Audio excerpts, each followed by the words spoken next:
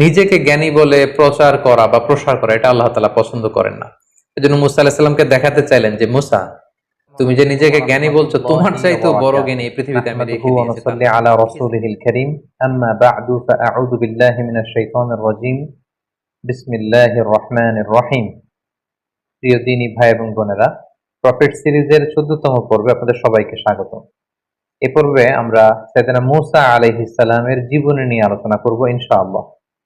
সাইয়েদনা মূসা আলাইহিস সালাম কালামুল্লাহ মাজিদে সর্বাধিক আলোচিত নবী। কুরআন আল কারীমে যে নবীর ব্যাপারে আল্লাহ তাআলা সবচেয়ে বেশি আয়াত নাযিল করেছেন তিনি হচ্ছেন সাইয়েদনা মূসা আলাইহিস সালাম। তিনি ছিলেন বনি ইসরাইলদের প্রতি প্রেরিত অন্যতম রাসূল। মূসা আলাইহিস সালাম এবং ফেরাউন এবং বনি ইসরাইল নিয়ে কুরআনে অনেকগুলো সূরায় বিস্তরভাবে আলোকপাত করা হয়েছে। বিশেষ করে সূরাতুল আ'রাফে, সূরা তাহাতে, সূরা কাসাসে, বিশেষ করে তিনটি সূরার প্রত্যেকটি সূরাতেই টানা ৬-৭ পৃষ্ঠাব্যাপী সাইয়েদনা মূসা আলাইহিস সালামের জীবন প্রবাহ নিয়ে সুদীর্ঘ আলোচনা সেখানে স্থান পেয়েছে। এবং সর্বশ্রেষ্ঠ যে 4টি আসমানি কিতাব তার মধ্যে প্রথম আসমানি কিতাবটি হচ্ছে তাওরাত। এই তাওরাতকে আল্লাহ তাআলা সাইয়েদনা মূসা আলাইহিস সালামের উপর নাযিল করেছেন এবং তিনি আল্লাহ তাআলার সাথে সরাসরি কথা বলতেন। এজন্য ওনাকে বলা হয় কালিমুল্লাহ। আল্লাহ তাআলা বলছেন ওয়া কাল্লামাল্লাহু মূসা তাকলিমা। আল্লাহ তাআলা মূসা আলাইহিস সালামের সাথে ডিরেক্টলি উইদাউট এনি মিডিয়া, কোনো মাধ্যম ছাড়া, ফেরেশতাদের মাধ্যম ছাড়া সরাসরি কথা বলতেন। পৃথিবীতে অন্য কোনো নবীকে আল্লাহ তাআলা এই মর্যাদা দেননি যে সরাসরি আল্লাহ তাআলার সাথে কথা বলার সুযোগ। শুধুমাত্র মূসা আলাইহিস সালাম সরাসরি ডিরেক্টলি আল্লাহ তাআলার সাথে কথা বলার সুযোগ পেয়েছিলেন। এজন্য ওনাকে বলা হয় কালিমুল্লাহ অথবা নাজিউল্লাহ। মূসা আলাইহিস সালামের জন্মের সময়কালে মিশরের সোশিও পলিটিক্যাল অবস্থা কেমন ছিল এটা আমাদেরকে জানতে হবে। কারণ মূসা আলাইহিস সালাম যখন মিশরে জন্মগ্রহণ করেন তখন মিশরের জনগোষ্ঠীটা দুইটা ভাগে বিভক্ত ছিল। একটা ছিল কিপ্তি বা আদি মিশরী, এরাই ছিল মিশরের আদি বাসিন্দা। আরেকটা হচ্ছে বনি ইসরাইল। বনি ইসরাইলরা মূলত মিশরে এসেছিল সাইয়েদনা ইউসুফ আলাইহিস সালামের সময়কালে, যখন তিনি তার পিতা ইয়াকুব আলাইহিস সালামকে মিশরে আগমন করার জন্য আমন্ত্রণ জানিয়েছিলেন। ইয়াকুব আলাইহিস সালাম ওনার 10 ছেলেকে নিয়ে যখন মিশরে আগমন করেন, ঠিক সেই সময়টাতে বনি ইসরাইলের সর্বপ্রথম মিশরে অ্যারাইভাল হয় এবং সেই সময়কাল থেকে সাইয়েদনা মূসা আলাইহিস সালাম পর্যন্ত মিশরে বেসিক্যালি দুইটা গোষ্ঠীতে বিভক্ত ছিল মিশরী জনগণ। একটা হচ্ছে মিশরের আদি অধিবাসী বা আদি বাসিন্দা, যাদেরকে কিপ্তি বলা হতো। আরেকটা হচ্ছে বনি ইসরাইলদের অবস্থান, যারা অনেকটা মিশরে সংখ্যালঘু অভিবাসীদের স্ট্যাটাসে তারা থাকতো। এবং সেখানে কিপ্তিরা যেহেতু সম্রাট বংশীয় এবং মিশরের ফারাওরা বা ফেরাউনরা বা মিশরের কিং যিনি হবেন তারা যেহেতু কিপ্তি, আর বনি ইসরাইলরা তারা মিশরের আদি অধিবাসী নয়, বরং তারা অন্য এলাকা থেকে এলাকায় থাকতে এসেছে। ফলে এই এলাকায় একটা সামাজিক এবং রাষ্ট্রীয় এক ধরনের বিভাজন তৈরি হয়, দ্বিজাতিক একটা বিভাজন পদ্ধতি। এখানে দুইটা জাতি মূলত একসাথে বাস করতে শুরু করে। একটা হচ্ছে কিপ্তি, মিশরের আদি অধিবাসী, আর একটা হচ্ছে বনি ইসরাইল। এবং ফেরাউনের একটা বিশেষ স্বপ্নের কথা আমরা শুনবো এখনই। ফেরাউন একটি বিশেষ স্বপ্ন দেখে এবং এই স্বপ্ন দেখার পর থেকেই ফেরাউন বনি ইসরাইলদের উপর আরো চড়ে যায় এবং নানাভাবে বনি ইসরাইলদের উপর অত্যাচারের সর্বশেষ স্টিম রোলার সে তাদের উপর চালাতে থাকে। ফেরাউনের সে স্বপ্নটি ছিল, ফেরাউন একদিন স্বপ্নে দেখে যে বাইতুল মুকাদ্দাস থেকে একটা বিশাল আগুনের কুণ্ডলী এসে মিশরের রাজাদের যে রাজপ্রাসাদ, ফেরাউনের রাজপ্রাসাদ, এগুলোকে জ্বালিয়ে দিচ্ছে এবং মিশরের যে আদি অধিবাসী কিপ্তি তাদের ঘরগুলোকে জ্বালিয়ে দিচ্ছে। কিন্তু বাইতুল মুকাদ্দাস থেকে আসা সেই আগুনের কুণ্ডলী কোন বনি ইসরাইলের ঘরেও যাচ্ছে না, বনি ইসরাইলদেরকে জ্বালাচ্ছে না। এই স্বপ্ন দেখে সে তো ঘুম থেকে জেগে উঠলো। সে অবাক করা এই স্বপ্ন দেখে অত্যন্ত ভীত হয়ে গেল এবং মিশরের তৎকালীন বড় যারা স্বপ্নের ব্যাখ্যাকার তাদেরকে ডেকে পাঠালো। সবাইকে বললো যে আমি স্বপ্নে দেখেছি বাইতুল মুকাদ্দাস থেকে, ফিলিস্তিন থেকে আগুন এসে আমাদের রাজপ্রাসাদ জ্বালিয়ে দিচ্ছে, মিশরীদের ঘরবাড়ি জ্বলে যাচ্ছে, কিন্তু বনি ইসরাইলদের কিছু হচ্ছে না। এই স্বপ্নের ব্যাখ্যা কি? মিশরের তৎকালীন স্বপ্ন ব্যাখ্যাকারীরা তারা বলতে আরম্ভ করলো যে বনি ইসরাইলের মধ্যে থেকে অচিরেই এমন এক নবজাতক সন্তানের জন্ম হবে যে আপনার এই রাজপ্রাসাদকে তছনছ করে দিবে। এই ঘটনা শুনবার পর থেকে ফেরাউন খুব ভয় পেয়ে গেল এবং সে ঘোষণা দিল, আজ থেকে বনি ইসরাইলের কোনো পুত্র সন্তানকে আমি বাঁচিয়ে রাখবো না, সব পুত্র সন্তানকে জবাই করা হবে কেবলমাত্র বনি ইসরায়েলের যে কন্যা সন্তান হবে এদেরকে বাঁচিয়ে রাখা হবে এবং এদেরকে আমরা দাসী হিসেবে ইউজ করব। আল্লাহ তাআলা কোরআনের অনেক জায়গায় এই ব্যাপারটি উল্লেখ করেছেন, ইউযাব্বিহুনা আবনাআকুম ওয়া ইস্তাহইয়ুনা নিসাআকুম। তারা বনি ইসরায়েলের পুত্র সন্তানদেরকে জবাই করে ফেলতো, একেবারে লিটারেলি জবাই করে ফেলতো, স্লটার করে ফেলতো, এবং বনি ইসরায়েলের যে কন্যা সন্তান তাদেরকে তারা জীবিত রাখতো। ঠিক এরকম একটি ভয়ঙ্কর পরিস্থিতির মধ্য দিয়ে যখন বনি ইসরায়েলের কোন ফ্যামিলিতে কোন পুত্র সন্তান জন্মালেই তাকে মৃত্যুর মুখোমুখি হতে হয়, ঠিক ওই মুহূর্তে আল্লাহ তাআলা মূসা আলাইহিস সালামকে এই পৃথিবীতে পাঠালেন এবং এমন ভাবে মূসা আলাইহিস সালামের মা ওনাকে পেটে ধারণ করেছেন যে আশেপাশের মানুষরা বুঝতে পারেনি, তিনি লুকিয়ে রেখেছিলেন এবং আল্লাহ তাআলার পক্ষ থেকে তার কাছে ওহী প্রেরণ করা হয়েছিল, যে ব্যাপারে আল্লাহ তাআলা সূরাতুল কসাসের মধ্যে বলছেন, ওয়া আওহাইনা ইলা উম্মি মূসা আন আরদিঈহি ফাইযা খিফতি আলাইহি ফাআলকিহি ফিল ইয়াম্মি ওয়ালা তাখাফি ওয়ালা তাহজানি। আল্লাহ তাআলা সাইয়েদনা মূসা আলাইহিস সালামের মাকে প্রত্যাদেশ করলেন যে, হে মূসার মা, অর্থাৎ মূসা আলাইহিস সালামের মায়ের হৃদয়ের ভেতরে আল্লাহ তাআলা এমন কিছু ঢেলে দিলেন যাতে করে তিনি বুঝতে পারলেন যে যখনই মূসা জন্মগ্রহণ করবে তাকে আমার সাথে রাখা যাবে না। আল্লাহ তাআলা বললেন, ফাআলকিহি ফিল ইয়াম্মি ওয়ালা তাখাফি ওয়ালা তাহজানি। হে মূসার মা, তুমি সিন্ধুকের মধ্যে মূসাকে ঢুকিয়ে তাকে নীল নদে নিক্ষেপ করে দাও, আর ভয় পেও না তুমি। ইন্না রাদ্দুহু ইলাইকি, আমি অচিরেই আমার বিশেষ কৌশলে মূসাকে, অর্থাৎ তোমার নবজাতক সন্তানকে তোমার কোলেই আমি ফিরিয়ে দিব। সুবহানাল্লাহ। এবং তাকে আমি রসূল বানাবো। ব্যাপারটি কেমন ছিল? তিনি কাঠ দিয়ে সিন্ধুক বানালেন, মূসা আলাইহিস সালামকে ভাসিয়ে দিলেন এবং মূসা আলাইহিস সালামের বোনকে তার মা বললেন যে তুমি নীল নদের পাশ দিয়ে হেঁটে যেতে থাকো এবং দেখো যে এই সিন্ধুকটা কোথায় যায়। এই সিন্ধুক যে ফেরাউনের বাড়ির যে নীল নদের ঘাট সেখানে যে ভিড়লো, সেখানকার দাস দাসীরা সেটা পেয়ে বের করে ফেরাউনের স্ত্রী আসিয়া বিনতে মুজাহিমের হাতে দিল এবং আসিয়া খুলে দেখে যে ফুটফুটে একটা নবজাতক পুত্র সন্তান। এবং মূসা আলাইহিস সালামের চেহারায় ছোটবেলা থেকে আল্লাহ তাআলা এমন মায়া ঢেলে দিয়েছিলেন, তিনি বলছেন, ওয়া আলকাইতু আলাইকা মাহাব্বাতাম মিন্নি। হে মূসা, আমি আমার পক্ষ থেকে তোমার মধ্যে অনেক মহব্বত ঢেলে দিয়েছি, যেই তোমাকে দেখে সে পছন্দ করে ফেলে। তো আসিয়া বিনতে মুজাহিম যখন মূসা আলাইহিস সালামকে দেখলেন, ছোট্ট মূসা, তার চেহারার মধ্যে নূর ভাসছিল, আলোতে উদ্ভাসিত ছিল, তিনি পছন্দ করে ফেললেন এবং ফেরাউনকে বললেন যে আমাদের যেহেতু সন্তান নেই, আমরা এটাকে লালন পালন করবো। ফেরাউনও না করতে পারলেন না স্ত্রীর অনুরোধে। কিন্তু সমস্যা দেখা দিল তখন যখন এই নবজাতক সন্তান কাঁদতে শুরু করলো ক্ষুধায়। এই বাচ্চাকে কে দুধ খাওয়াবে? আসিয়ার তো তখন দুধ খাওয়ানোর সুযোগ নেই, তখন ধাত্রী নিয়ে আসা হলো যে দুধ খাওয়াবে, কিন্তু মূসা আলাইহিস সালাম কোনো ধাত্রীর স্তন টাচ করছিলেন না। যত মহিলাকে আনানো হয় রাজপ্রাসাদে দুধ খাওয়ানোর জন্য, তিনি কারো কাছ থেকে দুধ খাচ্ছেন না। দূর থেকে কিন্তু মূসা আলাইহিস সালামের বোন দূর থেকে পুরো ঘটনাটি পর্যবেক্ষণ করছিল। এই পরিস্থিতি দেখে সে রাজপ্রাসাদে যেয়ে বলল যে আমার সন্ধানে এমন একজন ধাত্রী আছে, এই শিশু নিশ্চয়ই সে ধাত্রীর স্তন থেকে দুধ পান করবে। এবং এই কথা বলে মূসা আলাইহিস সালামের বোন তার মাকে ডেকে নিয়ে আসলো এবং ঠিকই মূসা আলাইহিস সালামের মা যখন মূসা আলাইহিস সালামকে কোলে নিলেন, সাথে সাথে শিশু মূসা তিনি হাসতে আরম্ভ করলেন এবং মায়ের স্তন থেকে দুধ খেতে আরম্ভ করলেন। কিন্তু ফেরাউন, আসিয়া সহকারে রাজপ্রাসাদের কেউই টের পেল না যে এটি হচ্ছে এই নবজাতক সন্তানের প্রকৃত মাতা। আল্লাহ তাআলা বললেন, ওয়া হাররামনা আলাইহিল মারাদিআ মিন ক্বাবলু ফাকালাত হাল আদুল্লুকুম আলা আহলি বাইতি ইয়াকফুলুনাহু লাকুম ওয়া হুম লাহু নাসিহুন। পুরো বিষয়টা আল্লাহ তুলে ধরলেন এবং আল্লাহ তাআলা বললেন, ফারাদাদনাহু ইলা উম্মিহি কাই তাফাররা আইনুহা ওয়া লা তাহজান।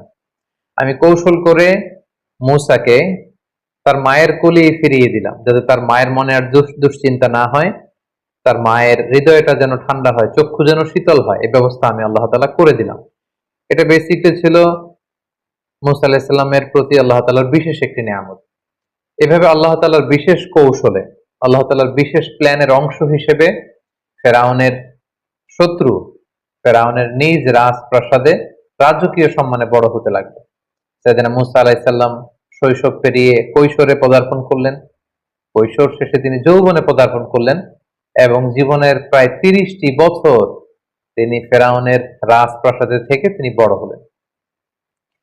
মুসা আলাইহিস সালামের শৈশবকালের পর থেকে সুইচ করে আল্লাহ তাআলা ওনার যৌবনকালের একটি ঘটনা তিনি উল্লেখ করেছিলেন। তিনি রাস্তা দিয়ে একবার হাঁটছিলেন, হঠাৎ দেখলেন যে দুইজন লোক ঝগড়া করছে। ফাওয়াজাদা ফিহা রাজুলাইনি ইয়াকতাতিলান, একজন মিশরীয়, একজন বনী ইসরাইলের। এখানে বেসিক্যালি অপরাধী ছিল, ঝগড়ার মধ্যে দুইজনের মধ্যে অপরাধী লোক ছিল হচ্ছে মিশরী লোকটি, আর বনী ইসরাইলের লোকটি ছিল মাজদুম, নিরপরাধী। মুসা আলাইহিস সালাম দেখলেন তাই তো, এই লোকটা তো অপরাধ করছে। উনি যে থামতে বললেন, তারা থামছে না। সাইয়েদনা মুসা আলাইহিস সালাম আঘাত করলেন, একটা থাপ্পড় মারলেন মিশরীর গালে। তো তিনি আঘাত করেছিলেন লোকটাকে থামানোর জন্য, কিন্তু সাইয়েদনা মুসা আলাইহিস সালামের হাতে আল্লাহ তাআলা এত শক্তি দিয়েছেন যে ওই থাপ্পড় খেয়েই মুহূর্তের মধ্যে ওই মিশরী ওই জায়গাতে মৃত্যুবরণ করে। সাইয়েদনা মুসা আলাইহিস সালাম ভয় পেয়ে গেলেন। দূর থেকে এক লোক এসে বলল যে, হে মুসা, তুমি তাড়াতাড়ি পালাও। ওয়াজাআ রাজুলুম মিন আকসাল মাদিনাতি ইয়াসআ ক্বালা ইয়া মুসা ইন্নাল মালাআ ইয়াতামিরুনা বিক লিয়াকতুলুকা ফাখরুজ ইন্নী লাকা মিনান নাসিহিন। সে এসে বলল, হে মুসা, তুমি পালাও, তোমাকে হত্যার জন্য ফেরাউনের আশেপাশের লোকজন, সভাসদ বর্গ তারা প্ল্যান করছে, তুমি বাঁচতে চাইলে এলাকা থেকে পালিয়ে যাও। সাইয়েদনা মুসা আলাইহিস সালাম এখান থেকে চলে গেলেন এবং মিশর ছেড়ে তিনি যেতে যেতে মাদিয়ান সীমান্তে চলে আসলেন। মাদিয়ানের কথা আমরা শোয়েব আলাইহিস সালামের ঘটনার সময় পড়েছি, যে এটা আরাবিয়ান পেনিনসুলার একেবারে উত্তর পশ্চিম এলাকাতে অবস্থিত, অর্থাৎ দ্য গালফ অফ আকাবা, আকাবা উপসাগর এবং লোহিত সাগরের তীর ঘেঁষে একটি শহর। তিনি মিশর ছেড়ে প্রাণে বাঁচবার জন্য দৌড়াতে দৌড়াতে মিশর ছেড়ে মাদিয়ান এলাকাতে তিনি ঢুকে গেলেন এবং ঢুকে দেখলেন সেখানে দুজন যুবতী মেয়ে বসে আছে। তিনি তাদের কাছে যেয়ে বললেন, ক্বালা মা খাতবুকুমা, তোমরা বসে আছো কেন এখানে? তারা বলল, আমরা একজন বৃদ্ধ মানুষের দুজন কন্যা, আমরা ছাগলকে পানি পান করাতে এসেছি, কিন্তু এলাকার লোকেরা তারা ভিড় করছে, পানি পান করাচ্ছে, ফলে আমরা তাদেরকে ভিড় ঠেলে যে আমাদের ছাগলগুলোকে যে পানি পান করবো আমাদের সামর্থ্য নেই। সাইয়েদনা মুসা আলাইহিস সালাম নিজে দায়িত্ব নিয়ে এই দুজন যুবতী মেয়ের সাথে যে ছাগলগুলো ছিল এগুলোকে পানি পান করিয়ে দিল এবং তিনি আল্লাহ তাআলার কাছে দোয়া করতে লাগলেন যে, হে আল্লাহ, কোন এলাকাতে আমি আসলাম, এখানে কোথায় যাব? আমার ঘর নেই, আমার বাড়ি নেই, আমাকে আশ্রয় দেওয়ার কেউ নেই। তিনি যখন আল্লাহ তাআলার কাছে কায়মন বাক্যে দোয়া করছিলেন, এই দুইজন যুবতী যে বাড়িতে তাদের পিতার কাছে সবকিছু খুলে বললেন। কোন কোন মুফাসসিরিন একরাম বলেছেন যে উনিই হচ্ছেন শুআয়ব আলাইহিস সালাম, কেউ কেউ বলেছেন না, তিনি শুআয়ব আলাইহিস সালাম নন, তিনি ছিলেন আল্লাহ তাআলার একজন প্রিয় ভাজন বান্দা। এবং তারা যখন এই কথা বলল, ওই বৃদ্ধ লোকটি বললেন, তাহলে সেই যুবককে ডেকে আনো, তাকে তো ধন্যবাদ দেওয়া দরকার। তাদের একজন মেয়ে সাইয়েদনা মুসা আলাইহিস সালামের কাছে যেয়ে বললেন, আমাদের পিতা আপনাকে ডেকে পাঠিয়েছে, চলুন। সাইয়েদনা মুসা আলাইহিস সালাম গেলেন এবং যাওয়ার পরে সেই ব্যক্তিটি সাইয়েদনা মুসা আলাইহিস সালামকে ধন্যবাদ দিলেন এবং বললেন, তোমার ঘটনাটি আমাকে খুলে বলো, তাহলে আমি তোমাকে কিছু উপদেশ দিতে পারি। সাইয়েদনা মুসা আলাইহিস সালাম পুরো ব্যাপারটি খুলে বললেন যে, এমন এমন ঘটনা, আমি জালেমদের কবল থেকে পালিয়ে এসেছি। তিনি বললেন যে, নাজাউতা মিনাল কওমিজ জালিমিন, তুমি তো বেঁচে এসেছো। তো মুসা আলাইহিস সালাম খুব শক্তিশালী ছিলেন এবং এই বৃদ্ধ লোকের কন্যাদের সাথে যখন কথা বলছিলেন, তিনি তাদের চেহারার দিকে না তাকিয়ে নিচের দিকে তাকিয়েছিলেন। এগুলো যখন মেয়েগুলো তাদের বাবাকে বলছিল, হঠাৎ করে একটা মেয়ে বলল যে, ইয়া আবা তিস্তাজিরহু, বাবা, আমাদের তো একজন কাজের লোকের দরকার, আমরা মেয়ে হয়ে কিভাবে ছাগলগুলো নিয়ে পানি পান করাবো?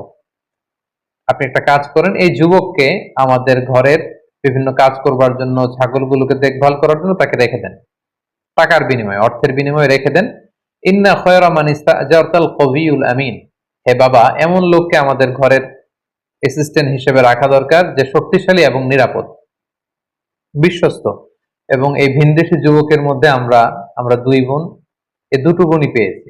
একে তো সে শক্তিশালী, সে সবাইকে ঠেলে আমাদের ছাগলগুলোকে পানি পান করিয়ে দিতে পেরেছে, এবং সে বিশ্বস্ত, সে আমাদের অনেক সম্মান করেছে, রেসপেক্ট করেছে, এবং সে আমাদের দিকে চোখ তুলে তাকায়। তখন বৃদ্ধ লোকটি সাইয়েদনা মুসা আলাইহিস সালামকে প্রপোজাল দিলেন। কালামুল্লাহ মাজিদের সূরাতুল কসাসে আল্লাহ তাআলা বিস্তারিত এগুলো বর্ণনা করেছেন, আমি শুধু ঘটনার প্রবাহটি এখানে স্টেপ বাই স্টেপ শেয়ার করছি। বৃদ্ধ লোকটি সরাসরি মুসা আলাইহিস সালামকে প্রস্তাব করলেন যে, মুসা, তুমি যদি টানা 8 বছর আমার এখানে বাসায় কাজ করো, আমার ছাগলগুলোকে দেখাশোনা করো, তাহলে আমার একটি কন্যাকে তোমার সাথে আমি বিবাহ দিব। আর তুমি যদি 10 বছর পূর্ণ করো, এটা তোমার ইখতিয়ার, এটা আরো ভালো হয়, 8 কিংবা 10। সাইয়েদনা মুসা আলাইহিস সালাম রাজি হলেন। এই লম্বা 8টি বছর বা 10টি বছর সাইয়েদনা মূসা আলাইহিস সালাম নিজ এলাকা ছেড়ে, নিজ জন্মভূমি মিশর ছেড়ে তিনি মাদিয়ানে কাটালেন। আসলে শুধুমাত্র মূসা আলাইহিস সালামের জীবনেই যে এই সংগ্রাম এসেছিল এমনটি নয়, বরং আল্লাহ তাআলা প্রেরিত প্রতিটি নবীর জীবনই ছিল কিন্তু এরকম সংগ্রামে পরিপূর্ণ। তাদের প্রত্যেকেই তারা মরুভূমিতে মেষ চড়িয়েছেন, অনেককে তাদের এলাকা ত্যাগ করতে হয়েছিল, হিজরত করতে হয়েছে, বাতিলের বিরুদ্ধে তাগুতের বিরুদ্ধে লড়াই করতে হয়েছে, এবং নানা সময় তারা স্বজাতির লোকজন বা নিজের উম্মতের বিরোধিতার সম্মুখীন হয়েছে। সাইয়েদনা মূসা আলাইহিস সালাম প্রায় 10টি বছর মাদিয়ানে সময় কাটালেন। সেই বৃদ্ধ লোকের একটি কন্যার সাথে বিবাহ বন্ধনে আবদ্ধ হলেন। কোনো কোনো বর্ণনা মতে তার 2জন সন্তান হয়েছিল, এবং তৃতীয় সন্তান যখন তার স্ত্রীর পেটে, তখন তিনি সেই বৃদ্ধের কাছ থেকে, অর্থাৎ ওনার শ্বশুরের কাছ থেকে, যেটা কোনো কোনো বর্ণনা মতে শোয়েব আলাইহিস সালাম ছিলেন, ওনার কাছ থেকে বিদায় নিয়ে এবার তিনি নিজ জন্মভূমি মিশরে ফিরে যাবেন। যেহেতু মাদিয়ান তো ওনার নিজের এলাকা নয়, তিনি যখন মিশরে ফিরে যাবেন কিছু ছাগল নিয়ে, তার স্ত্রীকে নিয়ে, সন্তানদেরকে নিয়ে, কিছু দাস দাসী নিয়ে, তিনি যখন মাদিয়ান থেকে মিশরে ফিরে যাচ্ছেন, তুর পাহাড়ের কাছাকাছি কোন একটি এলাকাতে যখন তিনি আসলেন, প্রচন্ড শীত ছিল, ওনার স্ত্রী গর্ভবতী, প্রেগনেন্ট, এবং প্রেগনেন্সির পেইন উঠেছে ওনার স্ত্রীর, প্রচন্ড ঠান্ডা এবং অন্ধকার, এবং তিনি ফিল করছেন যে সাধারণ যে রাস্তা, কাফেলা যে রাস্তায় চলে, তিনি ভুল করে রাতের বেলা ওই রাস্তা হারিয়ে হয়তো অন্য কোনো রাস্তায় চলে এসেছেন। হঠাৎ তিনি খেয়াল করলেন দূরে আগুন দেখা যায়। فقال لأهلهم كثوا إني آنست نارا لعلي آتيكم منها بقبس أو أجد على النار هدى। তিনি বললেন যে আমার মনে হয় আমরা রাস্তা হারিয়ে ফেলেছি, আর প্রচন্ড ঠান্ডা, একটা কাজ করো, তোমরা সবাই এইখানে কাফেলাকে থামাও, স্টপ, এখানে বসো, বিশ্রাম নাও। ওই যে দূরে আগুন দেখা যায়, আমার মনে হয় কেউ আগুন পোহাচ্ছে, অথবা ওইখানে কোনো একটা কাফেলা আছে, আমি যাই ওখান থেকে লাকড়ি দিয়ে আগুন নিয়ে আসি, এবং রাস্তাটা ঠিক আছে কিনা এটা একটু ক্রস চেক করে আসি, জিজ্ঞেস করে আসি। সাইয়েদনা মূসা আলাইহিস সালাম ওখানে গেলেন, কিন্তু যে অবাক হলেন, দেখলেন যে একটা গাছের ভেতর থেকে আগুন জ্বলছে, কিন্তু গাছের পাতা জ্বলে না, ডালপালা জ্বলে না, কিছুই জ্বলে না, দাউ দাউ করে আগুন জ্বলছে। কিন্তু সে আগুনটা পৃথিবীর অন্যান্য আগুনের মতো না, একটু ভিন্ন ধরনের একটা আগুনের মতো, এবং আগুনের ভেতর থেকে একটা সাউন্ড আসলো। তিনি প্রথমে ভেবেছিলেন মানুষরা বসে হয়তো আগুন পোহাচ্ছে, কিন্তু যে দেখেন কোনো মানুষ নেই, অদ্ভুত কাণ্ড, গাছের ভেতরে আগুন জ্বলছে। হঠাৎ সেখান থেকে একটা আওয়াজ আসলো, আওয়াজটা হচ্ছে ইন্নি আনা রব্বুক, মানে আমি তোমার প্রভু, আই এম ইউর লর্ড, ফাখলানা আলাইক, মুসা তোমার জুতা খোলো, শুজ অফ, ইন্নাকা বিল ওয়াদিল মুকাদ্দাসি তুয়া, হে মুসা তুমি একটা পবিত্র উপত্যকায়, ভ্যালিতে এসেছো, যেটার নাম হচ্ছে তুয়া। ওয়া আনা আখতারতুকা ফাসতামি' লিমা ইউহা, আর আমি তোমাকে নবী হিসেবে অ্যাসাইন করলাম জাস্ট নাও, এখন থেকে তুমি নবী। এখন আমি তোমাকে কিছু প্রত্যাদেশ দিব, আমি কি বলছি মনোযোগ দিয়ে শোনো। প্রথম যে আল্লাহ প্রত্যাদেশ দিলেন সেটা হচ্ছে ইন্নানি আনাল্লাহ লা ইলাহা ইল্লা আনা ফা'বুদনি, অর্থাৎ হে মুসা আমি হচ্ছি আল্লাহ, আমি ছাড়া কোনো ইলাহ নেই, আমার ইবাদত করো। তাহলে প্রথম প্রত্যাদেশ হচ্ছে এক আল্লাহর ইবাদত করা, তাওহীদের বাণী। 2 নম্বর প্রত্যাদেশ হচ্ছে ওয়া আকিমিস সালাতা লিযিকরি, হে মুসা আমার স্মরণে সালাত কায়েম করো। এরপরে আল্লাহ তাআলা আখিরাতের কথা বললেন যে ইন্নাস সাআতা আতিয়াতুন আকাদু উখফিহা লিতুজজা কুল্লু নাফসিন বিমা তাসআ, আর কিয়ামত হবেই হবে। আখিরাত বলে একটা কথা আছে, এই দুনিয়াতে যে মানুষ যারাই যা করেছে তার প্রতিটি কাজের প্রতিদান তারা সেদিন পাবে। তাহলে তিনি তাওহীদের কথা বললেন, একত্ববাদের কথা বললেন, তিনি ইবাদতের পদ্ধতি বাতলে দিলেন, এবং আখিরাত বলে যে একটা কথা আছে, তার কনসেপ্ট অফ আখিরা, এগুলো বললেন। এগুলো বলে তিনি বললেন যে যাও মুসা, তুমি যে দাওয়াত দাও। মুসা আলাইহিস সালাম ভয় পেয়ে গেলেন, তিনি ভাবলেন যে আমি কি এখন এগুলো নিয়ে দাওয়াত দিতে পারবো? আল্লাহ তাআলা সাইয়েদনা মুসা আলাইহিস সালামকে শুধু মেসেজ দিয়ে ছেড়ে দেন যে যাও তুমি নবী, এই কথাগুলো পৌঁছে দাও না। আল্লাহ তাআলা আমরা জানি যে নবীদেরকে মুআজিজা দিয়ে থাকেন। এবার আল্লাহ তাআলা সাইয়েদনা মুসা আলাইহিস সালামকে 2টা মুআজিজা দিবেন। আল্লাহ তাআলা জিজ্ঞেস করলেন ওমা তিলকা বিয়ামিনিকা ইয়া মুসা, মুসা তোমার ডান হাতে কি? ক্বালা হিয়া আসায়া, তিনি বললেন এটা লাঠি, এটা দিয়ে আমি অনেক কাজ করি। আল্লাহ বললেন লাঠিটা ফেলো তো। মুসা আলাইহিস সালাম লাঠিটা ফেললেন, মুহূর্তের মধ্যে ফাইদা হিয়া হাইয়াতুন তাসআ, এটা একটা সাপ হয়ে গেল। মুসা আলাইহিস সালাম থেকে ভয় পেয়ে গেলেন। আল্লাহ বললেন খুদহা ওয়ালা তাখাফ, মুসা ভয় পেও না, সানুঈদুহা সিরাতাহাল উলা, এটা তুমি ধরার সাথে সাথেই আগের মতো করে লাঠি হয়ে যাবে। তিনি ধরলেন এবং দেখতে পেলেন মুহূর্তের মধ্যে সেটা লাঠি হয়ে গিয়েছে। সুবহানাল্লাহ। এটা ছিল 1 নম্বর মুআজিজা। 2 নম্বর মুআজিজা হচ্ছে আল্লাহ বললেন যে ওয়াদমুম ইয়াদাকা ইলা জানাহিকা তাখরুজ বাইদা মিন গায়রি সু, হে মুসা তোমার বগলের ভেতর থেকে বা পকেট থেকে তোমার হাতটাকে এরকম বের করো, দেখবে যে তোমার হাতের মধ্যে জলজলে আভা। সাইয়েদনা মুসা আলাইহিস সালাম আল্লাহ তাআলার আদেশের সাথে সাথে হাতটা এরকম বের করলেন। বের করার সাথে সাথে তিনি দেখতে পেলেন যে হাতের ভেতর থেকে জলজলে আলোকচ্ছটা বেরোচ্ছে। আল্লাহ বললেন যাও, এই 2টা জিনিস দিলাম, লাঠি ফেললে সাপ হয়ে যাবে, হাত দেখালে এখান থেকে ফোকাস যাবে, নূর, আলো যাবে। এই 2টা দিয়ে তুমি তোমার নবুয়তের প্রমাণ দিবে। ইযহাব, যাও মুসা, ইলা ফিরআউনা ইন্নাহু তাগা, ফিরআউনের কাছে যাও, ফিরআউন তো অবাধ্য হয়েছে, তাকে যে দিনের দাওয়াত দাও।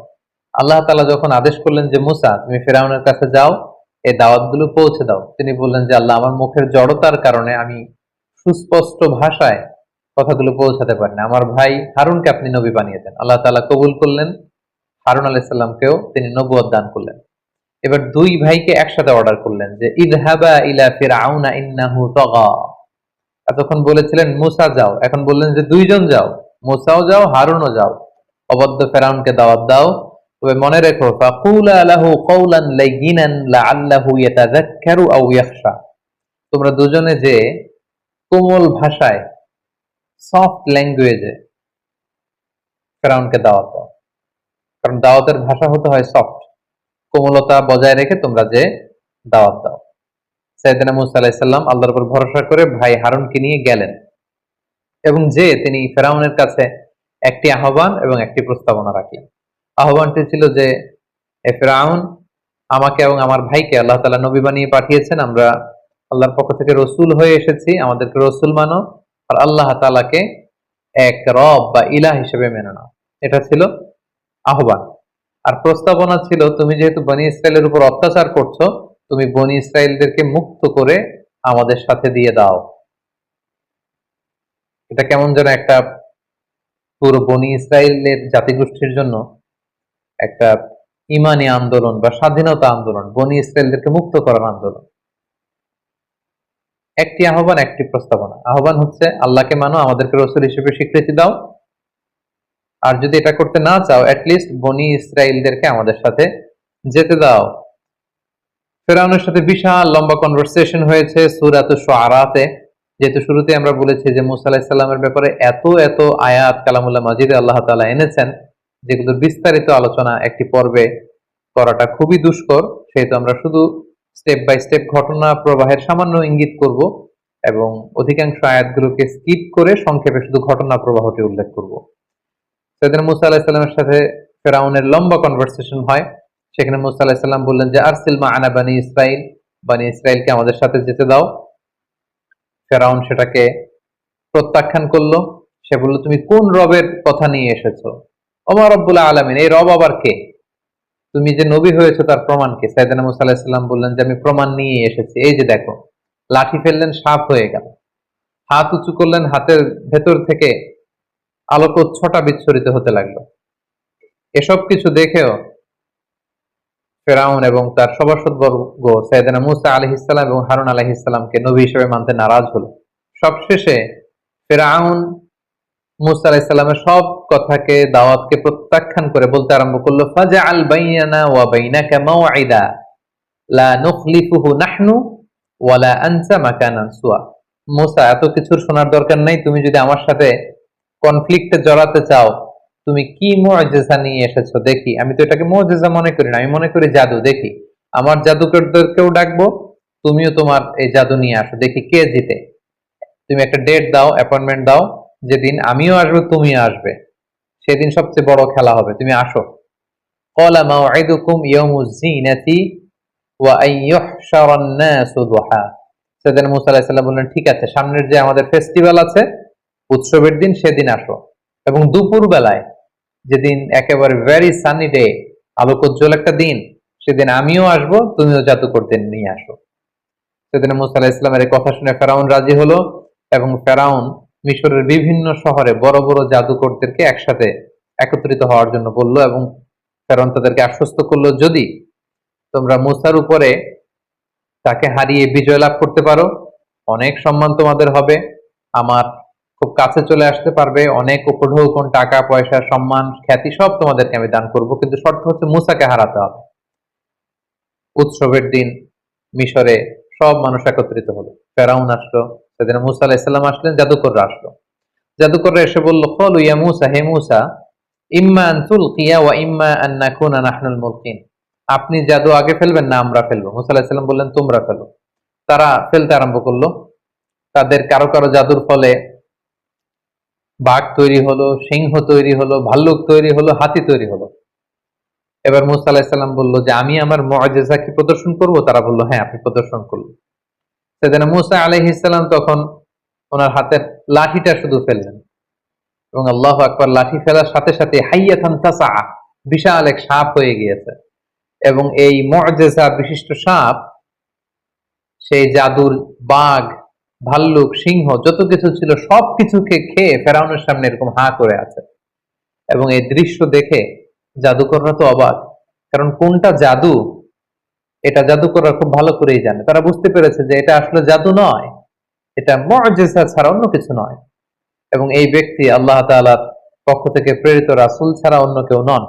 ফাউলকিয়া সাহারাতু সাজিদিন, সব জাদুকররা সিজদায় লুটিয়ে পড়ল, এবং তারা বলল যে আমরা ঈমান আনলাম। ফেরাউন তো রেগে গেল।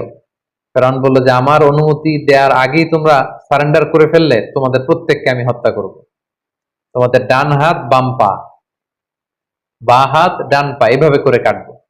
ফেরাউনের এই শাস্তির কথা শুনেও জাদুকররা মোটেও বিচলিত না হয়ে তারা বলল যে, ক্বালু লা দাইর, কোনো সমস্যা নেই, আপনি যত শাস্তি আমাদেরকে দেন না কেন, ইন্না ইলা রাব্বিনা মুনকালিবুন, আমরা তো আমাদের রবের দিকেই ফিরে যাব, সো আমরা এটাকে ভয় করি না। হাজারো হাজারো মানুষের সামনে এই জাদুকরগুলো সেজদায় লুটিয়ে পড়ল, এবং মুসা আলাইহিস সালাম যে আল্লাহ তাআলার প্রেরিত রাসূল এটার ঘোষণা দিল, এবং এক আল্লাহকে ইলাহ হিসেবে তারা মেনে নিল। মুসা এবং হারুন আলাইহিস সালামের বিজয়ের সংবাদ যখন শোনানো হলো, তখন ফেরাউনের স্ত্রী আসিয়া সেখানে ঈমান আনয়ন করলেন, এবং ফেরাউন এই দৃশ্য দেখে সহ্য করতে না পেরে খুব নির্মম ভাবে তার স্ত্রী আসিয়াকে সেখানে হত্যা করেছে। এবং মৃত্যুর পূর্ব মুহূর্তে খুব করুণ ভাষায়, খুব কাতর কণ্ঠে তার প্রভুর কাছে যে দোয়া করেছিলেন, সে দোয়াটা আল্লাহ তাআলা সূরাতুত তাহরিমে উল্লেখ করেছেন। তিনি বলেছিলেন যে, রব্বি বিনি লি ইনদাকা বাইতান ফিল জান্নাহ, হে আল্লাহ, জান্নাতে আপনার কাছে করে আমাকে একটা ঘর বানিয়ে দিয়ে, ওয়া নাজ্জিনি মিন ফিরআউন, আপনি ফেরাউনের এই কাজ থেকে আমাকে বাঁচান, জুলুম থেকে বাঁচান, ওয়া নাজ্জিনি মিনাল কওমিজ জালিমিন, জালেমদের থেকে বাঁচান। আল্লাহ তাআলা সাইয়েদনা জিবরাইল আলাইহিস সালামকে বললেন, যাও আসিয়ার সামনে জান্নাতের দৃশ্যটাকে তুলে ধরো। এবং আসিয়া যখন মৃত্যুবরণ করছিলেন, তিনি জান্নাতের দৃশ্যটা, জান্নাতের নাজ নেয়ামত, সৌন্দর্য দেখে দেখে এই পৃথিবী থেকে বিদায় নিয়েছিলেন। আল্লাহু আকবার। খুব সংক্ষেপে আমরা এই ব্যাপারটি এখানে শেষ করলাম। ফেরাউন তখন পুরো মিশরের জনগণকে ভয় দেখানোর জন্য থ্রেট দিল, ফাহাশারা ফানাদা, সবাইকে জড়ো করে সে থ্রেট দিয়ে বলল যে, আনা রব্বুকুমুল আ'লা, যে আমি তোমাদের বড় প্রভু। এবং সে বলল, মা আলিমতু লাকুম মিন ইলাহিন গায়রি, আমি ছাড়া এই পৃথিবীতে আরো কোনো রব থাকতে পারে, উপাস্য থাকতে পারে, সেটা তো আমি জানিই না। সাইয়েদনা মূসা আলাইহিস সালামের দাওয়াতকে যখন ফেরাউন প্রত্যাখ্যান করলো, আল্লাহ তাআলা ফেরাউন এবং তার গোষ্ঠীর মধ্যে নানা ধরনের শাস্তি চাপিয়ে দিলেন। সূরাতুল আরাফের বিভিন্ন আয়াতে আল্লাহ তাআলা এটা উল্লেখ করেছেন। কখনো আল্লাহ তাআলা ফেরাউন এবং তার জাতিগোষ্ঠীকে দুর্ভিক্ষ দিয়ে শায়েস্তা করেছেন, কখনো তাদের মিশরের ফসলগুলোকে নষ্ট করে আল্লাহ তাআলা শায়েস্তা করেছেন। তো আরসালনা আলাইহিমুত তুফান, কখনো তুফান পাঠিয়েছেন, ওয়াল জারাদ, পঙ্গপাল পাঠিয়েছেন, ওয়াল কুম্মাল, উকুন পাঠিয়েছেন, ওয়াদ দাফাদিআ, ব্যাঙ পাঠিয়েছেন, ওয়াদ দাম, রক্ত পাঠিয়েছেন। এগুলো দিয়ে আল্লাহ তাআলা ফেরাউনকে এবং ফেরাউনের জাতিগোষ্ঠী মিশরীয়দেরকে তিনি শাস্তি দিয়েছেন। এবং প্রত্যেকটা শাস্তি যখন মারাত্মক আকার ধারণ করত, ফেরাউনের লোকজন যে মূসা আলাইহিস সালামকে বলতো যে, মূসা তুমি আল্লাহর কাছে দোয়া করো, আল্লাহ যদি এই শাস্তি থেকে আমাদের বাঁচায়, আমরা হয় ঈমান আনবো, নতুবা বনী ইসরাইলকে তোমার সাথে চলে যেতে দিব। কিন্তু তার কোনোটাই তারা করেনি। মূসা আলাইহিস সালাম প্রত্যেকবার দোয়া করতেন, আল্লাহ তাআলা ওনার দোয়ার বরকতে শাস্তি তুলে নিতেন, কিন্তু আবার তারা আগের মতোই অবাধ্যতা, পাপাচার, অনাচার সেই রাস্তায় তারা আবার ফিরে যেত। এভাবে একের পর এক আল্লাহ তাআলা তাদের উপর শাস্তি পাঠাতে লাগলেন, এবং শাস্তি যখন মারাত্মক আকার ধারণ করে তারা মুসা আলাইহিস সালামের দ্বারস্থ হয়। আল্লাহ যখন কোম্মাল দিয়ে শাস্তি দিলেন, মানে উকুন দিয়ে তাদের হাতে, পায়ে, গায়ে, চুলে, দাড়িতে সব জায়গায় শুধু উকুন আর উকুন। আল্লাহ যখন তাদেরকে ব্যাঙ দিয়ে শাস্তি দিলেন, তাদের ঘরে, রাস্তায়, যে কোনো জায়গায় তারা শুধু ব্যাঙের লাফালাফি দেখতে লাগলো। দাম, রক্ত দিয়ে যখন আল্লাহ তাআলা শাস্তি দিলেন, তারা যখন কোনো কিছু রান্না করতো সেটা রক্ত হয়ে যেত। তারা যখন পানি আনতো, এই পানিটা রক্তে রূপান্তরিত হতো। তাদের জীবনটা দুর্বিষহ হয়ে উঠলো। তারা সর্বশেষ যে মুসা আলাইহিস সালামকে বললো যে এইবার তুমি আল্লাহ তাআলার কাছে দোয়া করো, আল্লাহ যেন এই গজব, এই আযাব, এই শাস্তি আমাদের থেকে উঠিয়ে নেন। এরপরে আমরা আর কখনো এই পাপাচারিতা করব না এবং বনী ইসরাইলকে তোমার সাথে যেতে দিব। সেদিন মুসা আলাইহিস সালাম দোয়া করলেন যে আল্লাহ, এই গজব আপনি উঠিয়ে নেন। এই গজব উঠিয়ে নেওয়ার পরে তাদের অবাধ্যতা আরো বেড়ে গেল। আল্লাহর নবী মুসা আলাইহিস সালাম ফেরাউনকে বারবার দাওয়াত দেওয়ার পরেও ফেরাউন যখন সত্যের পথকে গ্রহণ করলো না এবং বনী ইসরাইলকে মুসা আলাইহিস সালামের সাথে যেতে দিল না, তখন আল্লাহ তাআলা সরাসরি প্রত্যাদেশ করলেন যে ফাআসরি বিইবাদি লাইলান ইন্নাকুম মুত্তাবাউন, হে মুসা, আর কাল বিলম্ব করবার দরকার নেই, আজ রাতেই তুমি বনী ইসরাইলকে নিয়ে লোহিত সাগরের দিকে রওনা হয়ে যাও। তোমরা সেই পথ দিয়ে বাইতুল মুকাদ্দাসের দিকে যাবে। এবং যেতে যেতে ওনারা দেখলেন যে সামনে বিশাল সাগর। বনী ইসরাইলের সবাই তো আফসোস এবং আক্ষেপ শুরু করে দিল যে আমরা তো এখন বাঁচার উপায় নেই, কারণ পেছন থেকে তো ফেরাউন তারা চেস করছে, ধরবার জন্য চেষ্টা করছে। আল্লাহ তাআলা বললেন যে মুসা, তুমি চিন্তা করো না, তোমার লাঠি ফেলো। মুসা আলাইহিস সালাম লাঠি ফেললেন। সাগরের পানিকে তিনি দ্বিখণ্ডিত করে দুই দিকে পানি পাহাড়ের মতো উঁচু হয়ে গেল এবং মাঝখান দিয়ে রাস্তা হয়ে গেল। আল্লাহ তাআলা বললেন আনিদ্রিব বিআসাকাল বাহার, লাঠি দিয়ে একটা বাড়ি মারো। ফানফালাকা, দুই ভাগ হয়ে গেল। ফাকানা কুল্লু ফিরকিন কাত্তাউদিল আযীম, পানিটা দুই ভাগ হয়ে বিশাল পাহাড়ের মতো এরকম ঠায় দাঁড়িয়ে রইল, আর মাঝখানে রাস্তা। সুবহানাল্লাহি বিহামদিহি। বনী ইসরাইল এই দৃশ্য অবলোকন করলো মুসা আলাইহিস সালামের সাথে করে। পুরো লোহিত সাগর, রেড সি, ওনারা ক্রস করে ওই পারে চলে গেল। এবার যদি মুসা আলাইহিস সালাম লাঠি আবার তুলে নেয়, তাহলে এই রাস্তা পানিতে বিলীন হয়ে যাবে। আল্লাহ বললেন না, এই রাস্তা সরানো যাবে না, কারণ এখনই ফেরাউনের বাহিনী এই সুন্দর রাস্তা দেখে তারাও নেমে পড়বে সাগরে। ওয়াতরুকিল বাহরা রাহওয়া, সাগর যেরকম আছে এরকম থাকতে দাও মুসা। ইন্নাহুম জুনদুম মুগরাকুন, ওরা ডুববে। ফেরাউন যখন তার সৈন্য সামন্ত নিয়ে সাগরের মাঝখানের যে রাস্তা তৈরি হয়েছিল, এই রাস্তার মাঝখানে চলে আসলো, আল্লাহ তাআলা বললেন এবার লাঠি তোলো। মুসা আলাইহিস সালাম লাঠি উঠিয়ে নিলেন। মুহূর্তের মধ্যে লোহিত সাগরের বিশাল ঢেউ এসে ফেরাউনকে তার সদল বলে সলিল সমাধি করে দেয়া হলো। এবং এ ব্যাপারে খুব সুস্পষ্ট আল্লাহ তাআলা কালামুল্লাহ মাজিদের সূরা ইউনূসে উল্লেখ করলেন যে হাত্তা ইযা আদরাকাহুল গরাকু, যখন সাগরের পানি এসে ডুবিয়ে দিল, ফেরাউন পানি খেতে খেতে একেবারে গলা পর্যন্ত পানি, এখন মরে যাবে। ক্বালা আমানতু আন্নাহু লা ইলাহা ইল্লাল্লাযী আমানাত বিহি বানু ইসরাঈল ওয়া আনা মিনাল মুসলিমিন। ফেরাউন একেবারে শেষ পর্যায়ে এসে বলল যে পানি খেতে খেতে, সাগরে হাবুডুবু খেতে খেতে বাঁচার আর উপায় নাই। তখন ফেরাউন বলল যে বনী ইসরাইল যে আল্লাহকে মানে, আমি ওই আল্লাহকে মানি, আমি ঈমান আনলাম। আল্লাহ তাআলা বলছেন আল আন, নাও, এখন তুমি ঈমান আনতে চাচ্ছ। ওয়াকাদ আসাইতা ক্বাবলু ওয়া কুনতা মিনাল মুফসিদিন, এর আগে তো অনেক অবাধ্য ছিলে, একের পর এক নানা শাস্তি দিয়ে তোমাদেরকে আমি রিমাইন্ডার দিয়েছি, কিন্তু বারবার আমার নবীর সাথে বিশ্বাসঘাতকতা করেছো, প্রতারণা করেছো, আর এখন ঈমান আনছো না, এখন বাঁচার সুযোগ নেই। The time is up, the game is over. ফালইয়াউমা নুনাজ্জিকা বিবাদানিকা লিতাকুনা লিমান খালফাকা আয়া। ফেরাউন, আজকে তোমাকে আমি, তোমার দেহটাকে আমি চিরকালের জন্য রেখে দিব, তোমার দেহটাকে। পরবর্তী জেনারেশন যারা আসবে, জেনারেশন টু জেনারেশন এই পৃথিবীতে যারা আসবে, সবার জন্য তোমার দেহটা হবে একটা নিদর্শন। এবং আজও মিশরের জাতীয় যে জাদুঘর, সেখানকার রয়্যাল মমিস চেম্বারে ফেরাউনের লাশটি সংরক্ষিত রয়েছে। আমি নিজেও সেই লাশটি দেখে এসেছি এবং অনেক দর্শনার্থীরা যারা মিশরের রাজধানী কায়রোর এই জাদুঘরে গিয়েছেন তারা ফেরাউনের সেই লাশ, এটা যে আজও সংরক্ষিত আছে, সেটা তারা দেখে এসেছেন। এবং ফেরাউনের শরীর সমাধি হলো, ফেরাউনের অনুসারীরা সাগরে ডুবে মারা গেল, আর সাইয়েদনা মূসা আলাইহিস সালাম তাওহীদের ঝান্ডাবাহী মূসা আলাইহিস সালাম বনী ইসরায়েলকে নিয়ে তিনি পার হয়ে গেলেন এবং মুক্তি পেলেন। দুই দল, এক দল ডুবে গেল, আরেক দল মুক্তি পেল। যেই দিন তারা মুক্তি পেল সেই দিনটা ছিল আশুরার দিন, এবং সেই আশুরার দিনে বনী ইসরায়েল তারা রোজা পালন করত। আল্লাহ রাসূল সাল্লাল্লাহু আলাইহি ওয়াসাল্লাম মক্কা থেকে মদিনায় যেয়ে দেখলেন ইহুদিরা রোজা পালন করে একদিন। আল্লাহ রাসূল বললেন, তারা যদি একদিন রোজা রাখে আমরা রাখবো 2 দিন। তারা যদি এই রোজা পালন করে, মুসা তো আমার ভাই, শুকরিয়া স্বরূপ আমরাও রোজা রাখবো। সেই হিসেবে আমরাও মুসলিমরা আশুরার দিন রোজা রাখি। আমরা আশুরার দিন রাখি এবং তার আগের দিন, অথবা আশুরার দিন এবং তার পরের দিন, আমরা 2টি রোজা রাখি ইহুদিদের বিরোধিতা হিসেবে। আল্লাহ নবী মুসা আলাইহিস সালাম তাদেরকে নিয়ে যখন বাইতুল মুকাদ্দাস অভিমুখে রওনা হলেন, আল্লাহ তাআলা বললেন, মুসা তুমি বনী ইসরায়েলকে নিয়ে জেহাদে অবতীর্ণ হও। এবং আমালেকার লোকজন বাইতুল মুকাদ্দাসে তখন থাকতো। আমালেকা হচ্ছে সাইয়্যিদিনা হুদ আলাইহিস সালামের যে অধিবাসী আদ জাতি, তাদের একটি শাখা গোত্র। তারা ছিল মুশরিক, দৈহিকভাবে ছিল অত্যন্ত ওয়েল বিল্ড, সুঠাম দেহের অধিকারী, ভয়াবহ আকৃতি বিশিষ্ট লোক ছিল, তারা মুশরিক ছিল।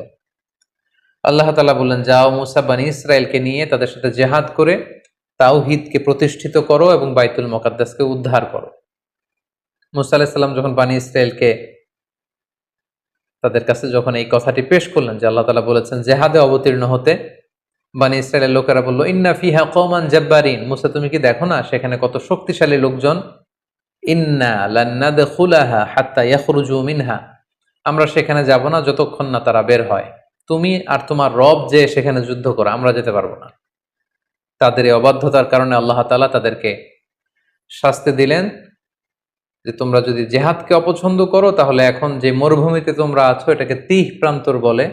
এই জায়গাটি তো আমি ঘুরে এসেছি, এই তিহ প্রান্তরে 40 বছর তোমরা এখানে থাকবে। আল্লাহ তাআলা 40 বছরের বিশাল একটা শাস্তি তাদের ঘাড়ের উপর চাপিয়ে দিলেন। বনী ইসরায়েলের লোকজন তিহ প্রান্ত থেকে অ্যাবাউট টার্ন করে মিশরের দিকে প্রতিদিন যেতে চাইতো। তারা রওনা হয়ে মুসা আলাইহিস সালামের বিরোধিতা করে তারা বাইতুল মুকাদ্দাসের দিকে যাবে না, তারা বলতো যে আমরা মিশরে ফিরে যাব। তারা রওনা হতো মিশরে যাওয়ার জন্য, সারাদিন তারা পথ চলতো।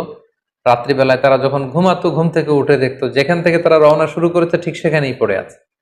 এভাবে 40 বছর তারা দিকভ্রান্ত হয়ে এদিক সেদিক ঘুরে বেরিয়েছে, কিন্তু তারা পথের কোনো দিশা ফিরে পায়নি। তিহ প্রান্তরের এই 40 বছরের এই লং পিরিয়ড অফ টাইমে অনেক ঘটনাবলী ঘটেছে। তার মধ্যে অন্যতম হচ্ছে যে তাওরাত নাজিল হয়েছে সাইয়েদনা মুসা আলাইহিস সালামের উপর, এবং সাইয়েদনা মুসা আলাইহিস সালাম তাওরাত গ্রহণের জন্য 30 দিনের সিয়াম পালন করেছেন, ইতিকাফ করেছেন। পরবর্তীতে আল্লাহ তাআলা আরো 10 দিন বাড়িয়ে দিয়েছেন। 40 দিন তিনি সিয়াম এবং ইতিকাফ পালন শেষে তিনি তাওরাতকে আল্লাহ তাআলার পক্ষ থেকে রিসিভ করলেন। আল্লাহ তাআলা বললেন, ওয়া ওয়া'আদনা মূসা 30 লাইলা ওয়া আতমামনাহা বি'আশরিন ফাতাম্মা মিকাতু রাব্বিহি 40 লাইলা। আমি মূসাকে প্রতিশ্রুতি দিয়েছিলাম যে 30 দিনের পরে তুমি এই তাওরাতকে রিসিভ করবে, পরবর্তীতে আরো 10 দিন যুক্ত করে 40 দিনের একটা মিকাত বা পিরিয়ড অফ টাইমকে আমি ফিক্স করলাম, এবং তারপরে আমি মূসাকে এই তাওরাত দান করলাম। আল্লাহ তাআলা বললেন, ইন্না আনজালনা তাওরাতা ফিহা হুদা ওয়া নূর, আমি তাওরাতকে নাজিল করেছি, এর মধ্যে আমি হেদায়েত দিয়েছি, এর মধ্যে আমি নূর দিয়েছি। এবং মূসা আলাইহিস সালাম পরবর্তীতে বনী ইসরায়েলের মধ্যে যত নবীরা এসেছে ওনারাও এই তাওরাত দিয়ে মানুষের মাঝে দাওয়াতি কাজ করেছেন। এবং আল্লাহ তাআলা নিজ হাতে কাঠের তক্তা বা ফলকে এই তাওরাতকে তিনি লিপিবদ্ধ করে দিয়েছিলেন। এবং সাইয়েদনা মূসা আলাইহিস সালাম যখন তাওরাতকে রিসিভ করবার জন্য তুর পাহাড়ে চলে যান, তিনি তার ভাই হারুন আলাইহিস সালামকে বনী ইসরায়েলের দায়িত্বশীল করে যান, এবং তিনি এসে দেখেন যে তারা গোবৎস পূজায় লিপ্ত হয়ে গিয়েছে। তিনি ভাইয়ের প্রতি প্রচন্ড রাগ হলেন, এবং এটার যে নেপথ্যে ছিল সামিরিকে শাস্তি দিলেন, এবং যারা এই শিরকের সাথে জড়িত ছিল আল্লাহ তাআলা তাদেরকে শাস্তির ঘোষণা দিলেন। এবং সাইয়েদনা মূসা আলাইহিস সালাম আবার তাদেরকে তাওহীদের দীক্ষায় তিনি দীক্ষিত করলেন। এই 40 বছরের লম্বা সময় আরো একটি ঘটনা ঘটেছে, সেটি হচ্ছে সাইয়েদনা মূসা আলাইহিস সালাম সরাসরি আল্লাহ তাআলার দিদার লাভের জন্য তিনি আবেদন করেছিলেন। আমরা শুরুতে শুনেছি মূসা আলাইহিস সালাম উনি একমাত্র নবী যিনি ছিলেন কালিমুল্লাহ বা নাজিউল্লাহ, সরাসরি আল্লাহর সাথে কথা বলতেন। তো যিনি সরাসরি আল্লাহর সাউন্ডটা শুনতে পান, আল্লাহ তাআলার কথা যিনি উপলব্ধি করতে পারেন, শুনতে পারেন, তার মনের মধ্যে আল্লাহকে দেখার আকাঙ্ক্ষা তো অনেক বেশি থাকবার কথা। তিনি বললেন, রব্বি আরিনি আনজুর ইলাইক, হে আল্লাহ আমি আপনাকে দেখতে চাই। ক্বালা লান তারানি, মূসা এটা সম্ভব না, কখনো তুমি আমাকে দেখতে পাবে না, never you can see me. ওয়ালাকিন ইনজুর ইলাল জাবাল ফাইন ইসতাকাররা মাকানাহু ফাসাউফা তারানি, পাহাড়ের দিকে তাকাও, পাহাড় যদি টিকে থাকে তবে দেখতে পাবে। আল্লাহ তাআলা নূরের তাজাল্লি দিলেন, মূসা আলাইহিস সালাম বেহুশ হয়ে গেলেন, আর পুরো পাহাড় ফাজআলাহু দাক্কা ওয়া খাররা মূসা সাইকা, পাহাড় ভেঙে চুরমার হয়ে গেল। মূসা আলাইহিস সালাম বেহুশ হয়ে গেলেন। হুশ ফেরার পরে তিনি আল্লাহ তাআলার কাছে ক্ষমা চাইলেন এবং বললেন, আল্লাহ আপনি যেটা বলেছেন ঠিকই বলেছেন, আসলে এই চর্মচক্ষু দিয়ে এই পৃথিবীতে অবস্থান করে আল্লাহ তাআলাকে দেখা বা আল্লাহ তাআলার দিদার লাভ করা এটি সম্ভব নয়, বরং যারা বিশ্বাসী তারা কিয়ামতের দিন আল্লাহ তাআলার দর্শন লাভে তারা ধন্য হবে। এভাবে 40 বছরের লম্বা সময় নানা ধরনের বায়না ধরেছিল এই বানি ইসরায়েলের লোকজন, অধ্যত্ব প্রকাশ করেছিল, নানা ধরনের হঠকারিতা তারা দেখিয়েছিল। এর মধ্যে একটি হঠকারিতার কথা কোরআনে এসেছে যে তারা দেখেছে কিছু কিছু লোক শিরক করে, মূর্তির পূজা করে। তারা দাবি করেছে যে ইজা আল্লানা ইলাহান কামা লাহুম আলেহা, অর্থাৎ হে মূসা এই সমস্ত লোকদের যেরকম মূর্তি আছে তুমিও মূর্তি এনে দাও, আল্লাহকে না দেখে আবাদত করতে আমাদের ভাল লাগে না। তারা যেমনি একটা জিনিসকে দেখে দেখে আবাদত করে, আমাদেরকে এরকম এনে দাও। মূসা আলাইহিস সালাম রেগে গেলেন, তাদেরকে জাহেল আখ্যা দিলেন। এবং আমরা জানি যে আল্লাহ তাআলা মান্না সালোয়া নামে বিশেষ কিছু খাবার বানি ইসরায়েলকে দিয়েছিলেন। তারা এই খাবার খেতে পছন্দ করলো না। তারা বলল যে লান নাসবিরা আলা তুআমিন ওয়াহিদ, হে মূসা প্রতিদিন এক খাবার ভাল লাগে না। ফাদউ লানা রাব্বাকা ইউখরিজ লানা মিম্মা তুমবিতুল আরদ, তোমার রবকে বলো যে এমন খাবারের ব্যবস্থা করে দিতে যেটা জমিন থেকে উৎপন্ন হয়। মিন বাকলিহা ওয়া কিসাইহা ওয়া ফুমিহা ওয়া আদাসিহা ওয়া বসলিহা, অর্থাৎ জমিন থেকে রসুন, পেঁয়াজ, ডাল, শসা, শাক সবজি এগুলো রান্না হবে, রসুন দিয়ে বাগার দিয়ে আমরা খাবার খাবো, এটা আমাদের ভাল লাগে। আল্লাহর দেয়া খাবার আমাদের ভাল লাগে না। এরপর তারা আবার বায়না ধরেছিল যে লান নুমিনা লাকা হাত্তা নারাল্লাহা জাহরা, হে মূসা আল্লাহকে না দেখে আমরা আর ইবাদত করতে পারবো না, আগে আল্লাহকে দেখাও তারপরে আমরা ইবাদত করব। এভাবে একের পর এক তারা নানা ধরনের বায়না ধরতে লাগলো, অধ্যত্ততা প্রদর্শন করতে লাগলো, আল্লাহর পাঠানো রাসূল মূসা আলাইহিস সালামের কথার বিরোধিতা করতে লাগলো। সূরা বাকারাতে একটি ঘটনা উল্লেখ হয়েছে তাদের অবাধ্যতার, তাদের গোয়ার্তুমির একটা উদাহরণ আল্লাহ তাআলা এইভাবে টেনেছেন। বনি ইসরায়েলের একজন লোক মৃত্যুবরণ করে, এই লোকের হত্যাকারীকে সবাই বলল যে মূসা আমরা কেউ জানি না এর হত্যাকারীকে, এই কিলারকে তুমি খুঁজে বের করো, তোমার আল্লাহকে জিজ্ঞেস করো যে কে এই হত্যাকারী। মূসা আলাইহিস সালাম যখন আল্লাহর কাছে দোয়া করলেন, আল্লাহ বললেন একটা গরু জবাই করে সেই গরুর গোশত দিয়ে যখন সেই মৃত ব্যক্তির গায়ে টাচ করা হবে, সে মৃত থেকে জীবিত হয়ে নিজেই বলে দিবে কে হত্যাকারী। তো আল্লাহ তাআলার আদেশ পালনের জন্য একটা যে কোনো গরু ধরে জবাই করে সেটার গোশত দিয়ে মৃত ব্যক্তির গায়ে লাগালেই কিন্তু সে জীবিত হয়ে হত্যাকারীর কথা বলে দিত। কিন্তু বনি ইসরাইল এই সহজ কাজটি না করে এখানে ক্ষান্ত না হয় তারা বলল যে এই গরুর রং কেমন, আমরা তো বুঝতেছি না কোন ধরনের গরু জবাই করব, ছোট গরু, মাঝারি গরু না বৃদ্ধ গরু, লাল গরু নাকি নীল গরু, কোন ধরনের গরু। একের পর এক নবী মূসা আলাইহিস সালামকে প্রশ্ন বানে জর্জরিত করতে করতে পরবর্তীতে আল্লাহ তাআলা এমন ক্রাইটেরিয়া ফিট করে দিলেন পুরো এলাকা জুড়ে আর সেই গরু খুঁজে পাওয়া যায় না। তো এইভাবে কালামুল্লাহ মাজিদের অনেক আয়াতে, বিশেষ করে সূরাতুল বাকারাতে আল্লাহ তাআলা বর্ণনা করেছেন যে কতভাবে এই বানি ইসরাইল আল্লাহ নবী মূসা আলাইহিস সালামকে জ্বালাতন করেছেন, যন্ত্রণা দিয়েছেন, ওনার কথার অবাধ্য হয়েছেন, আল্লাহ তাআলা এগুলো উল্লেখ করেছেন। কিন্তু তারপরেও আল্লাহ নবীর দোয়ার বরকতে সেই তিহ প্রান্তরে মরুভূমির মাঝখানে আল্লাহ তাআলা ওয়াজাল্লালনা আলাইকুমুল গমাম, মেঘমালা দিয়ে তাদেরকে ছায়ার ব্যবস্থা করে দিয়েছিলেন। তৃষ্ণা মেটাতে বানি ইসরায়েলের 12টা গোষ্ঠী ছিল, 12টা ঝর্ণার ব্যবস্থা করে দিয়েছিলেন। সেই জায়গাটাতেও আমি ভিজিট করে 12টা ঝর্ণা দেখে এসেছি। মান্না এবং সালওয়া নামক খাবারের ব্যবস্থা করে দিয়েছিলেন। সাইয়্যিদুনা মূসা আলাইহিস সালামের সাথে খিজির আলাইহিস সালামের চমকপ্রদ একটি ঘটনা সূরাতুল কাহাফের ভেতর আল্লাহ তাআলা উল্লেখ করেছেন। ঘটনাটির সূচনাটি ছিল এমন, বনী ইসরায়েলের মাঝে বসে তিনি মুসা আলাইহিস সালাম বক্তব্য রাখছিলেন। একজন জিজ্ঞেস করলো যে পৃথিবীতে সবচেয়ে জ্ঞানী ব্যক্তি কে? মুসা আলাইহিস সালাম বললেন, আমি। আল্লাহ তাআলা মুসা আলাইহিস সালামের এই প্রশ্নটা পছন্দ করলেন না। আল্লাহ বললেন, মুসা তুমি ভুল বলেছো, তোমার চেয়েও একজন জ্ঞানী ব্যক্তি আছে।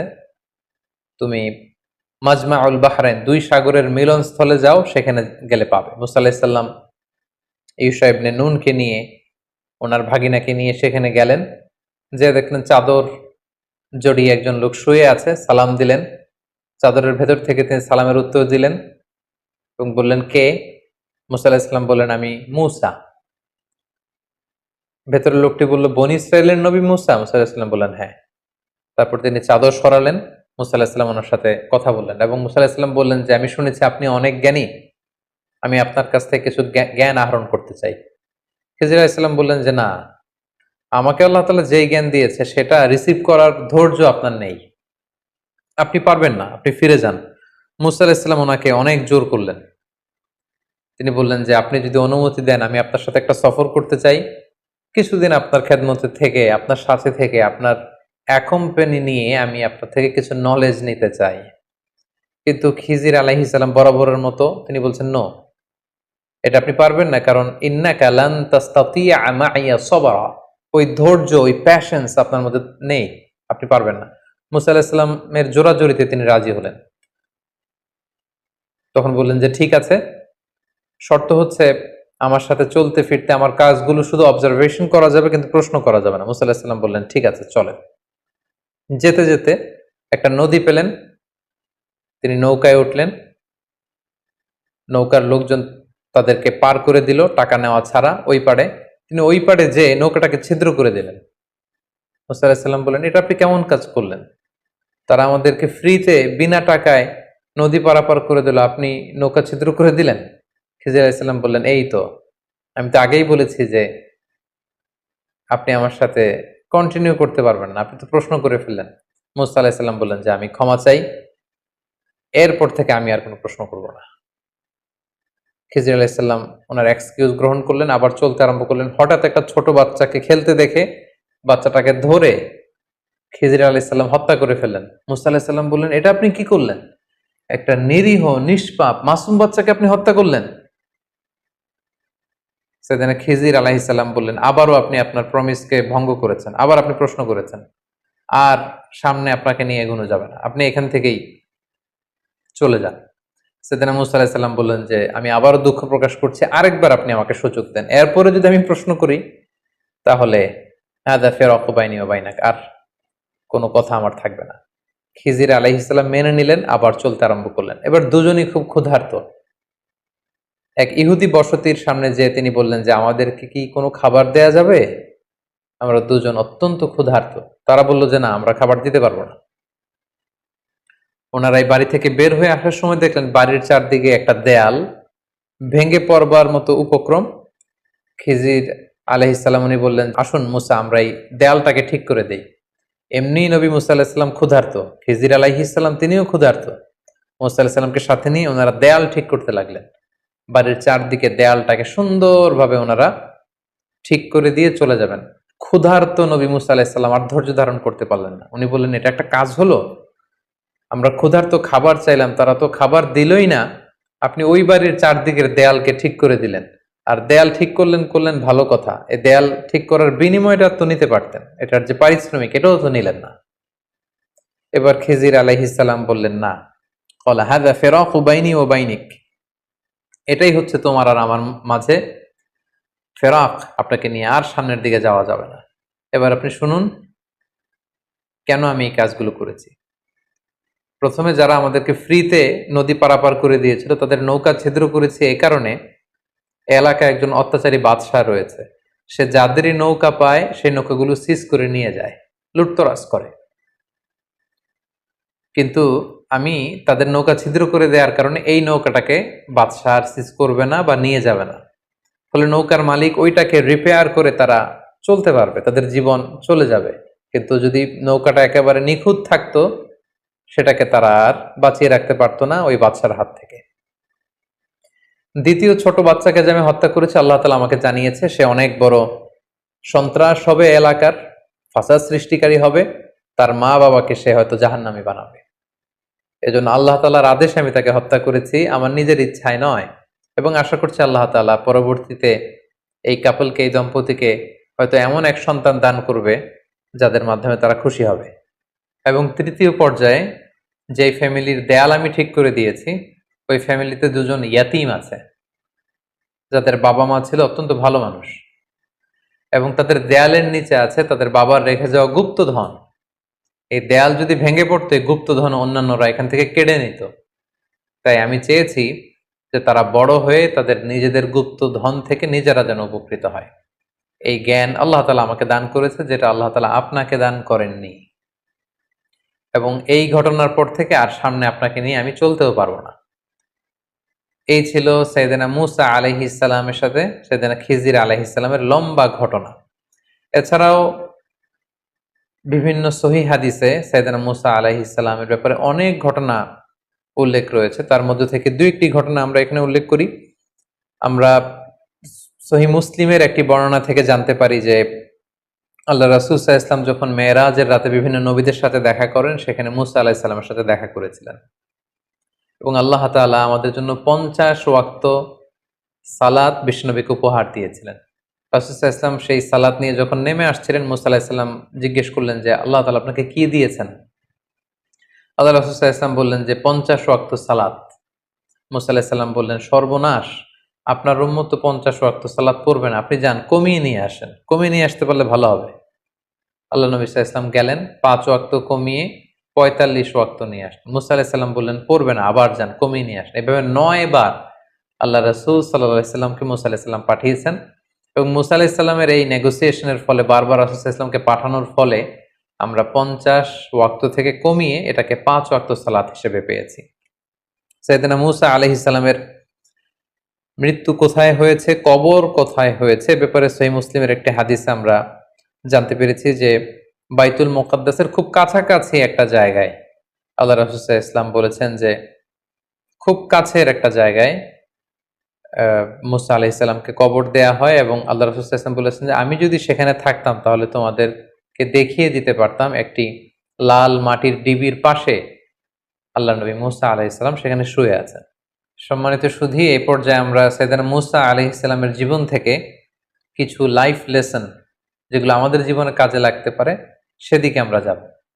প্রথম যে শিক্ষাটি আমরা পাই সেটি হচ্ছে দাওয়াতি কাজে সফট ল্যাঙ্গুয়েজ ইউজ করতে হয়।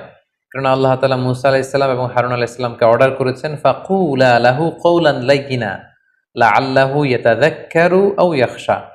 অর্থাৎ হে মূসা এবং হারুন, তোমরা দুজন ফেরাউনের কাছে যখন যাবে তখন সফট ভাষায়, অতি কোমল ভাষায়, নম্র ভাষায় তোমরা তাকে দাওয়াত দাও। কেননা দাওয়াতের ভাষা হতে হয় অত্যন্ত সফট, হৃদয়স্পর্শী, মর্মস্পর্শী। অর্থাৎ যে কথা হৃদয় থেকে আসে সেটা যে মানুষের হৃদয়ে স্পর্শ করে। আমরা যদি আল্লাহ রাসূল সাল্লাল্লাহু আলাইহি ওয়াসাল্লামের বায়োগ্রাফির দিকে তাকাই তাহলে দেখব উনিও খুব সফট হৃদয়ের অধিকারী ছিলেন। আল্লাহ তাআলা বলছেন, ফাবিমা রাহমাতিম মিনাল্লাহি লিনতা লাহুম, হে নবী, আপনি আল্লাহর মেহেরবানিতে নরম হৃদয়ের অধিকারী হয়েছেন।